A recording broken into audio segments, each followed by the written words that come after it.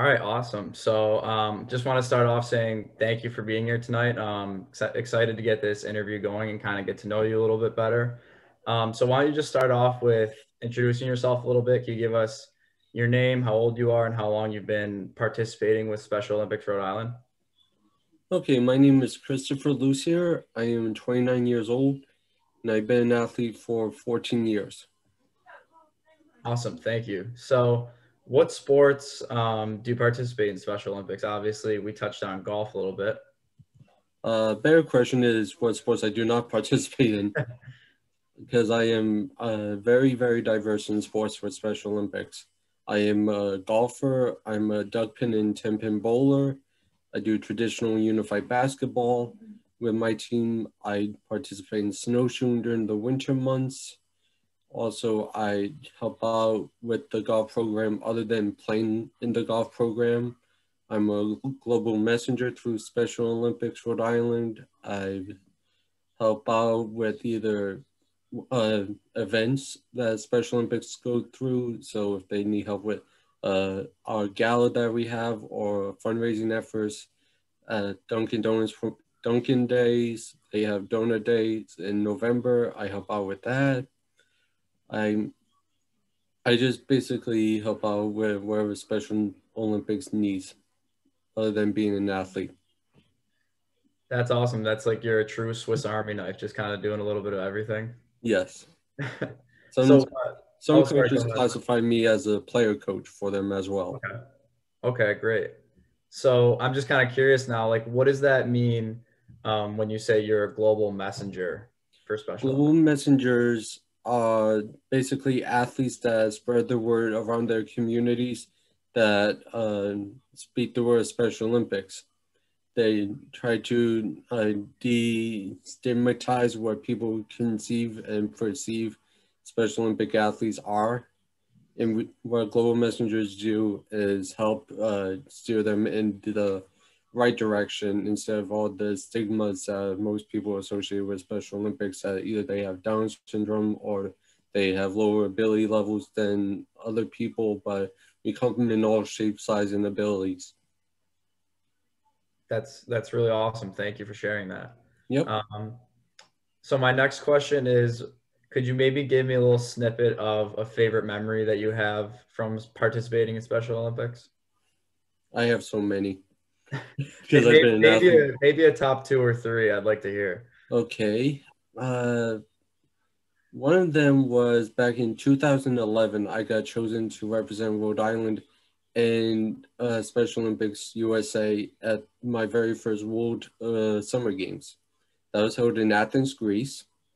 And Wow. I got to play unified golf with my father, who taught me how to play golf. So we left on Father's Day that year and we came home on the 4th of July. And as soon as we got into the plane, I gave my father a nice big hug and said, "Happy Father's Day. Now let's win a gold medal." And we did. We That is beat so every cool. 180 countries that participate in the golf program, unified 9 holes of golf. And it was a very big achievement for not only for the state of Rhode Island, but for me and my father as well. Wow. Another memory I have is actually being recognized as a member of society. When I was a little bit younger, I got bullied a lot in school and everything. So there was a classmate of mine who was a year ahead of me. He said he started playing catch with me in gym class when it was nice out, and he said, "Well, my father's part of the Special Olympics. You should give it a try." So I participated in Project Unified in the high schools, and I was named captain of that team my junior and senior year in high school. And all now I got recognized more, and I was more outspoken, and I was shining more and everything, and I felt more accepted that way. And more recently, third, no, my recent memory is in 2000, I believe 17, yes, 4 years ago, I went to the World Winter Games as an individual athlete for the first time.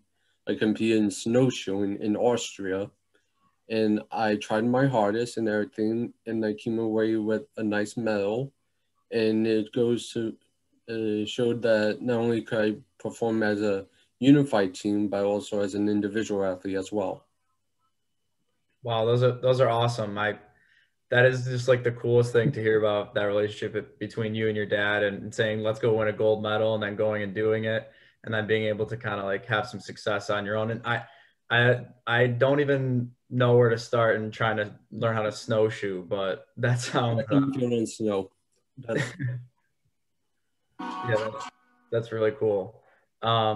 So I guess the final question I have for us is, you've kind of touched on these things, but if you had to kind of sum it up, what would you think is the most important kind of message about Special Olympics that you would like other people to know?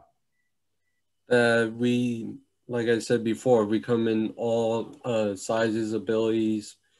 We are black, white, Hispanic, all different kinds of races. All lives matter. That's one of my new sayings now. Before was that if you have enough air in with you, which means acceptance, inclusion, and respect. That was something that I really pushed with Special Olympics is, do you have enough air with you?